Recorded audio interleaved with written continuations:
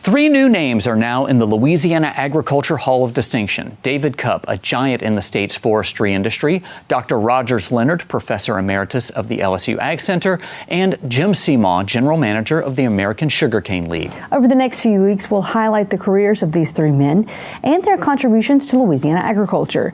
This week, Craig Gautreaux introduces us to David Cupp. David Cupp was raised in the Hudson Valley of New York, and through trips to places like Vermont got an appreciation for nature, especially the forest of the area. His views on the environment played a role in how he sees the land and instilled in him an appreciation for the trees that proliferate the landscape.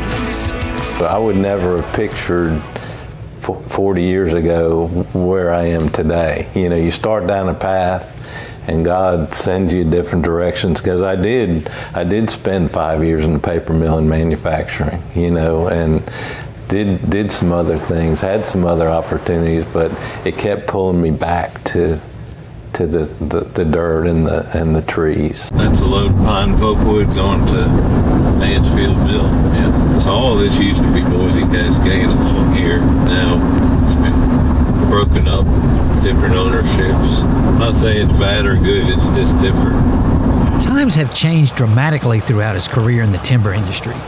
Forest companies once owned the land and the mills, but that model no longer exists. It's now a network of landowners, mills, and loggers that are the prominent players. Another area of major change is the technological tools. You know, when I first started, we did everything was compass and pace. You know, when we cruised timber, now you've got Avenza, you've got GPS, you have all these tools that make you way more efficient and way more accurate. Not afraid to look down. We can touch the sky before we fall. We fall.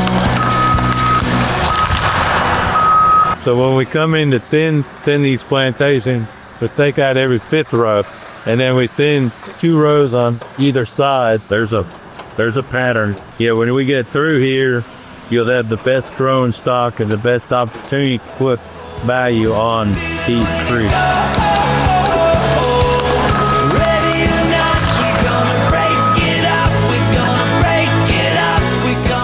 His job with Walsh Timber has him working daily with landowners, loggers, and mills that produce forest products. Earning trust from these entities is a crucial component to success and a key to sustaining longevity in the timber industry. It's about the landowners and you guys can go down through the list that have trusted us with thousands and thousands of acres. We want that long-term business. We work in a small area here. If you ever violate that trust, guess what? You're out of business, because that word of mouth spreads, good or bad. So we want that reputation of ethics and morals and doing the right thing. So that's why I was brought up. That's why my parents brought us up, and that's what we do. Journey's long, but it feels like home. We've been here forever. It's a small community of people, it sure is, yeah. And it's a good thing, because, you know, when people know each other, they care about each other. Service is another guiding principle for Cupp and his employer. Early in his profession, he was taught that service to the community was a necessity and an obligation. This tenet remains strong with him today.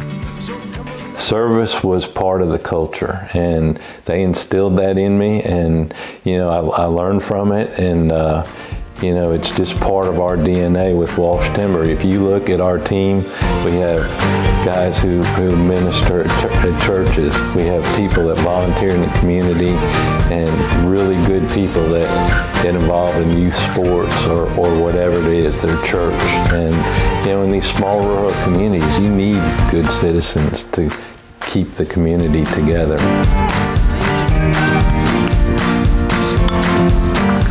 Cupp's commitment to service has led him to be a volunteer assistant coach with the St. Mary's High School softball team for more than 20 years.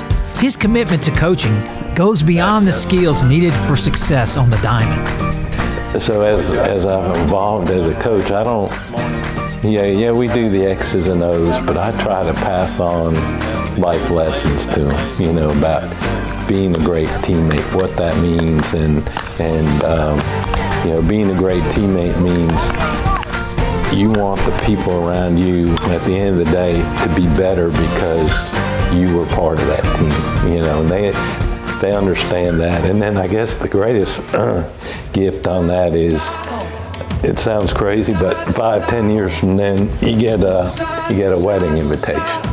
This is our home. It's in the earth, in our blood, in the air we breathe. Feel the strength of our roots grow beneath our feet. Together we stand, one heartbeat. This is our home. And we'll go to the next logging job, and that'll head us back towards Natchitoches. Whatever we do, we want someone to want our service. In business, taking risk can often lead to a big success. And that is exactly what happened with the Southern Loggers Cooperative. Cupp was a member of a group of investors who took a chance that came up a winner. There were so many naysayers that said, oh, this will never work. Loggers will never come together and do it. So as we sit today, we have over 6,000 members. We're selling 1 million gallons of fuel a week or more. And that was the whole goal, and still is the whole goal.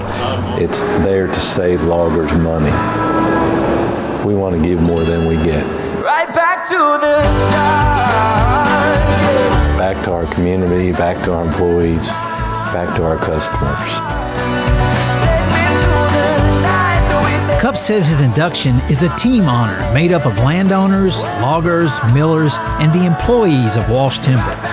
But there is one other essential team member he would like to thank. When it's all said and done, you know, I'd be remiss not to say, you know, my family plays a huge role in all it. My wife, been by my side all through it.